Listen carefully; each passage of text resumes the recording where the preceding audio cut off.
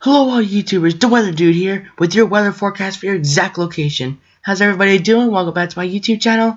Thank you all for tuning back into my presentation for March 29, 2019. Today's video is going to be my 2019 Atlantic Hurricane Season Outlook number 3, because I did say that later this week I was going to issue an outlook. Okay, thank you to my 90 views on my 2019 summer forecast. I do truly appreciate that. And also my 61 views of my severe thunderstorm video. So thank you for that. That's very nice of you guys. Okay, as always, please subscribe. Okay, and also ring the bell notifications as well. So we're going to briefly talk about this storm that's sweeping across the United States, because it does play a role in our hurricane season. Okay, the storm system that's coming to, like a little late week storm system. It has a role because we're in an El Nino pattern. You're going to see the stormy weather like this in an El Nino pattern. And El Nino does affect the hurricane season. And yes, these are 850 HPA winds, which means these are not necessarily surface winds, but you could kind of call these like your wind gusts. Okay, because MSLP and when I try to do the 10-meter winds, they look very low and very inaccurate, so I kind of had to use this one. Okay, but if you see the red, okay, you see like 52, 54 knots. That won't be sustained winds. This will be like your peak wind gust. Okay. So I see some peak wind gusts gusting over 40 to 50 miles an hour at times, but I don't think it will get quite that severe. This is a little high in the atmosphere. Okay, and as the storm continues to strengthen, we'll see those winds of 50 plus knots. A little high in the atmosphere. We're talking about like a few hundred feet here, wind gusts. Okay, a little high in the atmosphere, the winds will strengthen. And stay tuned, because in a few minutes I will be showing you my 2019 hurricane season outlook, like my outlook, the one I came up with myself. And you can see as the low continues to strengthen, we're going to have a nice little dome of winds that's going to be pushing through. Okay, worst of the winds across northeast. Going to be Sunday morning and hitting into Sunday afternoon for New England. And then by Monday, it's going to be a calm, peaceful day with a light breeze or two. It's going to be a very calm day for those across the mid-Atlantic and northeast. Maybe start a little breezy in the morning, but once high pressure settles in place, everything will be okay. So now we're going to switch over and talk about like that more tropical weather now. Okay, the satellite imagery, again showing that earlier today when I looked, okay, we had this area of gray and white appearing on the satellite. Okay, and that is indicating some very strong thunderstorms, okay, rolling through the Atlantic Ocean. And actually, Tropical Storm Iba has formed in the South Atlantic. This has nothing to do with the North Atlantic hurricane season. But yes, Subtropical Storm and Tropical Storm Iba did form a little while ago off the eastern coast of South America, down in the Southern Atlantic Ocean. It has nothing to do with this hurricane season now whatsoever. Okay, but if I play a satellite imagery, again, you continue to see that little tropical wave there kind of weakening due to a couple of things. The wind shear and the dry air. Okay, more so the wind shear. Okay, and look at this area of thunderstorms. Okay, we're talking about massive areas of pink and gray and white. And guess what? It's kind of moving in a westerly direction. So if this stuff can hold its strength and make its way out into the Atlantic Ocean, I wouldn't be surprised if we had a tropical storm to form. Now, I will be issuing a video soon on whether hurricanes can form in April. It's a very interesting video I think you guys should view once it does come on. Okay, so fire danger in New Mexico right now. Okay, as for alerts, you can see there's flood watches, flash flood watches, western Missouri, extreme eastern Kansas. And they are getting about 3 to 6 inches of snow up there in western Nebraska. Mountains of Wyoming could get closer to a foot or more. Okay, in that snowfall range there. Snowfall is not, this storm is not named.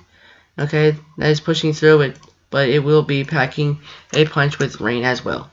Okay, so this is from 12Z. I could not get anything later. Okay, I cannot get 18Z. So 12Z. Okay, keep in mind, again, like I said before, this is the coldest time of the day. Okay, 26 to 28 degrees Celsius seems to be the main temperature across the Caribbean Ocean. 26 to 27 degrees Celsius. And in Fahrenheit, that translates to about 78 to about 81 degrees Fahrenheit. So not bad for end of March, I would say. Okay, but we have some very cold spots here. 22 25 degrees Celsius, that's about somewhere in the 60s or 70s, but you go just to the west, we're talking about 30 degrees Celsius, which is almost surpassing 90, more like upper 80s for sea surface temperatures. Okay, now the El Nino conditions, as the year goes on, the chances for El Nino will decrease, and the chances for ENSO neutral will increase. and the chances for La Nina will increase. Okay, but I think El Nino would still be in the lead for as far as chances is concerned. Starting at about a 90% chance now, but by the time hurricane season starts, we've only got about a 60-65% chance, which is still of a good probability. Okay, but by the time I head to the peak of hurricane season, we're barely hitting 50. Okay, by the end of hurricane season, we should be down below around 45 to 50% chance of El Nino conditions. And ENSO neutral chances should be around 40%. Okay, La Nina chances will stay under 20% for the whole year. Okay, it's based on Nino 3-4, which is in the Central Pacific Ocean. Okay, as far as the models are concerned, sorry about that. But as far as the models are concerned, a lot of people are taking this under 1 degree in terms of the sea surface temperature anomalies, which that translates to a weak El Nino. Okay, so you can see these blue and green lines. This is the CPC console and the stat average. Okay, these two models are in good agreement around 0.6, 0.7 degrees above average. Okay, that is your El Nino conditions, a weak El Nino. The red line, which is the DOIN average, is taking it closer to 1. Okay, but all these models pretty much show that as the year goes on, those anomalies are going to creep down just a little bit. Those anomalies will creep down. Okay, the highest model doesn't even take it to 2 degrees. The highest model, the one that does the warmest sea surface temperatures. Okay, so if we want to look back in the past years, okay, basically Nino 3-4, and we got this awesome graphic here dating back to 1950, which years were El Nino and La Nina. Last year's hurricane season, remember Florence and Michael and all that? Well, guess what? That happened on a neutral year. That was a ENSO neutral. Okay, and generally with the ENSO neutral, I've been looking back at past dates. Okay, and I didn't quite finish this graphic yet, but there's a couple of examples of hurricane seasons. Okay, that's just the date I had for myself for the next update on the CPC, Climate Prediction Center. But you can see 2003 was a neutral year because, of course, the year of Hurricane Isabel. 15 named storms, 6 hurricanes, and 2 major hurricanes. And 2015 was a moderate to strong El Nino. Okay, moderate early, strong later. And we still had a pretty much of an average hurricane season. So a weak El Nino, which is closer to La Nina, which La Nina means more hurricanes. So a weak El Nino is closer to a La Nina than a moderate or strong El Nino. So if we have a weak El Nino this season, I'd say we'd be right about average, if not a slight touch above average. Okay, 2017, last year, the very end of the hurricane season was a weak La Nina. Most of the season, 2017, was also an ENSO neutral. And again, we had an above average season there again with Maria, Irma, and Harvey. Ooh, very brutal storms. Okay, on to the next slide. The anomalies, or sea surface temperatures themselves, generally dip down to their lowest, not in the Atlantic Ocean, in the Central Pacific, the one that determines the El Nino and La Nina. Okay, they usually take their dip around September, October, which is why that's the peak of hurricane season. Because if those Central Pacific sea surface temperatures are lower, you're going to have a better chance of a La Nina. Okay, you can see they usually peak around May or June. And they usually at their lowest around between September, October, and November. Okay, and then maybe even heading to December as well. Okay, so just some wind shear maps to show you. And also the dry air map before I can show you my official outlook. Okay, so here it is, wind shear forecast.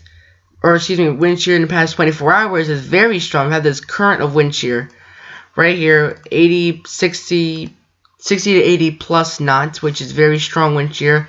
No chance of a tropical storm forming.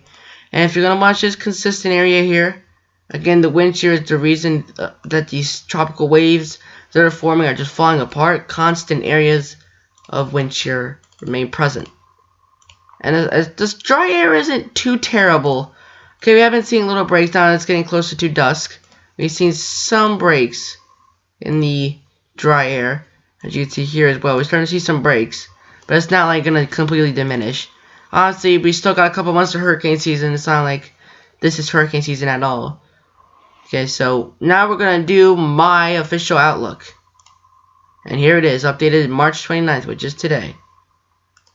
Okay, 10 to 13 named storms, 4 to 6 hurricanes, 2 to 3 major hurricanes.